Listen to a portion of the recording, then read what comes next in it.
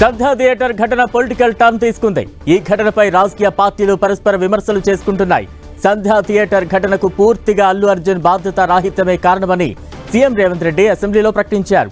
అనుమతి లేకుండా వచ్చారని, పెద్ద ఎత్తున అభిమానులు రావడంతోనే తొక్కిసలాట జరిగిందన్నారు. అయితే సీఎం రేవంత్ రెడ్డికి ఏపీ బీజేపీ అధ్యక్షురాలు ఎంపీ పురంధరేశ్వరి కౌంటర్ ఇచ్చారు. సంధ్యా థియేటర్ ఘటనకు అల్లు అర్జున్ను బాధ్యుణ్ణి చేయడం కరెక్ట్ కాదన్నారు. తొక్కిసలాట ఘటనను అల్లు అర్జున్ ప్రేరేపించలేదన్నారు.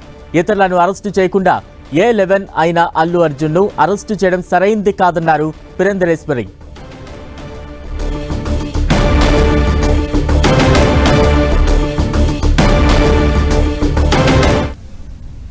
2వ తారీఖు వాళ్ళు అప్లికేషన్ పెట్టుకుంటే 3వ తారీఖు పోలీసులు తిరస్కరించిన తర్వాత కూడా 4వ తారీఖు 9:30 ప్రాంతంలో హీరో రావడం జరిగింది.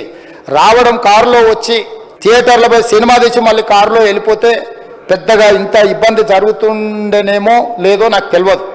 కానీ ఎక్స్రోడ్ చౌరస్తా కంటే ముందు నుంచే కారులో రూఫ్ టాప్ ఓపెన్ చేసి రోడ్ షో చేసుకుంటే థియేటర్లకు పోవడంతో ఆ చుట్టుముట్టుతున్న 7-8 థియేటర్లలో ఉన్న సినిమా అభిమానులు మొత్తం ఇక్కడికే రావడంతో వేలాది మంది జమ అయినారు. ఆ బౌన్సర్లు అందరు మీదికి వచ్చే అందరు అభిమానులను విపరీతంగా అడ్డంగా ఎట్లా పడితే అట్లా తోయడంతో పోలీసులు ఈ మొత్తం క్రౌడ్ని ఈ మొత్తం అక్కడ ఉన్న జమైన జనాలను అందరిని కూడా తీస్తే ఒక తల్లి కొడుకు అక్కడ శవాలుగా పడి ఉన్నారు. ఎప్పుడైతే హాస్పిటల్లో తల్లి చచ్చిపోయిన పిల్లగాడు కూడా ఆల్మోస్ట్ చావు నోట్లో ఉన్నాడు అని తెలిసి పోలీసులు వచ్చి ఏసీపీ వెళ్ళి చెప్పడానికి పోతే ఏసీపీ క్లియర్గా ఇద్దరు చనిపోయినరు, మీరు దయచేసి వెళ్ళిపోండి, వచ్చిండ్రు చూసిండ్రు కదా వెళ్ళిపోండి అంటే, లేదు నేను సినిమా అయిపోయే వరకు ఇట్లే కూర్చుంటానని పోలీసులతో చెప్పిండని సిటీ కమిషనర్ నాకు చెప్పడం జరిగింది. అధ్యక్ష జరిగిపోయిందండి. నేను ఆల్రెడీ ట్విట్టర్లో కూడా నా స్పందన నేను పెట్టడం జరిగింది.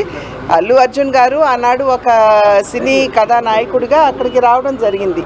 ఆయన ప్రేరేపించింది కాదు.